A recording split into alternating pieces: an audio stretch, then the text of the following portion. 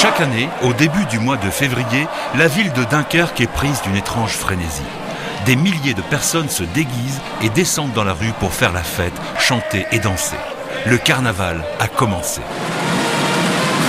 Son origine se perd dans la nuit des temps. Certains historiens affirment que la bande des pêcheurs est la descendante directe des fêtes que donnaient les armateurs avant le départ de la pêche à Islande.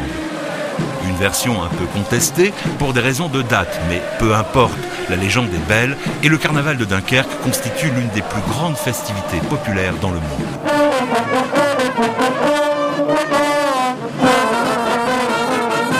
Plusieurs semaines avant le Mardi Gras, les Dunkerquois se transforment en masques lourds et commencent les préparatifs. Le costume, le kletsch, comme un trésor, est sorti pour être bichonné et consolidé. Le chapeau est remis en forme et agrémenté de nouveaux objets rappelant un bal, une bande ou une chapelle. Le parapluie fixé à un manche de canne à pêche, la perruque, les faux cils et les bâtons de rouge à lèvres redeviennent des ustensiles d'apparat des gros bras de l'agglomération, car selon les principes des grandes fêtes populaires, le carnaval de Dunkerque est fait d'outrance et de tolérance.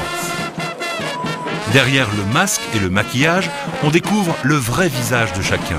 Mais attention, dire que tout est permis serait faire insulte au masque lourd. Le carnaval, malgré son apparente pagaille, possède des règles que tous les masques respectent scrupuleusement.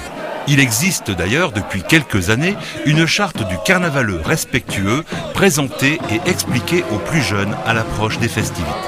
Faire le carnaval, c'est respecter les traditions, les acteurs de la bande et être fidèle au rendez-vous de toute une population. Le carnaval, c'est la communion de toute une ville.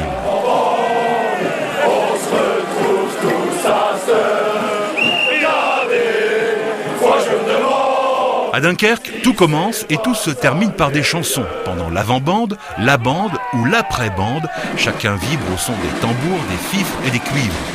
Derrière le tambour-major, véritable chef de bande, les musiciens entonnent des airs traditionnels, déchaînant les chahuts des carnavaleux. Difficile d'expliquer l'amour des Dunkerquois pour cette fête traditionnelle. Les habitants de l'agglomération ont le carnaval pour compagnon tout au long de leur vie. Dès leurs premiers mois, ils assistent aux chahuts sur les épaules de leurs parents ou grands-parents.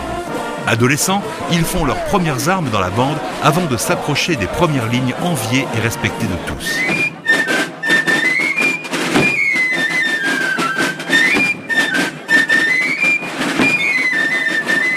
Et même lorsque le temps et les rhumatismes gagnent la bataille, pas question de rester chez soi. Le masque lourd revient dans la bande jouer de la musique ou, méconnaissable en figueman, faire de l'intrigue. Bref, le carnaval est toujours le plus fort, mais magnanime, il laisse le choix des armes. Chacun vit la fête à sa façon, dans les chahuts, dans la musique, en spectateur ou encore de maison en maison, car pendant la durée de la fête, de nombreux Dunkerquois ouvrent les portes de chez eux et accueillent les masques lourds pour boire un verre et manger un morceau. Dans ce que l'on appelle les chapelles, règne une ambiance extraordinaire. On saute, on boit, on chahute, on danse et on raconte ses exploits, son passage en première ligne, le hareng que l'on a attrapé sous le balcon de l'hôtel de ville.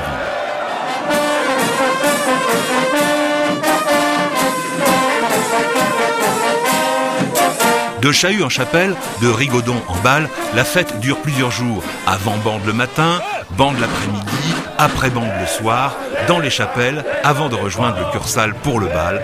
Et le lendemain, on recommence. Le carnaval est synonyme de mouvement, de poussée, de rencontre, de péripéties, de partage, de solidarité. Et chaque année, tous les Dunkerquois sont au rendez-vous. À chaque bande, les chœurs battent un peu plus fort dans les poitrines quand résonnent les premiers accords de musique.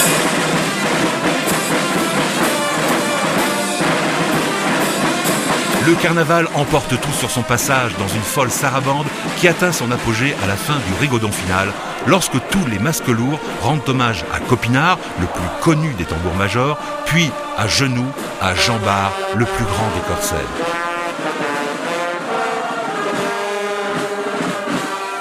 Le carnaval de Dunkerque est un moment de communion, riche de l'imagination de ses acteurs. Chaque masque lourd apporte un peu de sa folie. L'événement ne peut laisser indifférent parce que le carnaval possède des instants de vérité, la force d'une fête populaire unique au monde.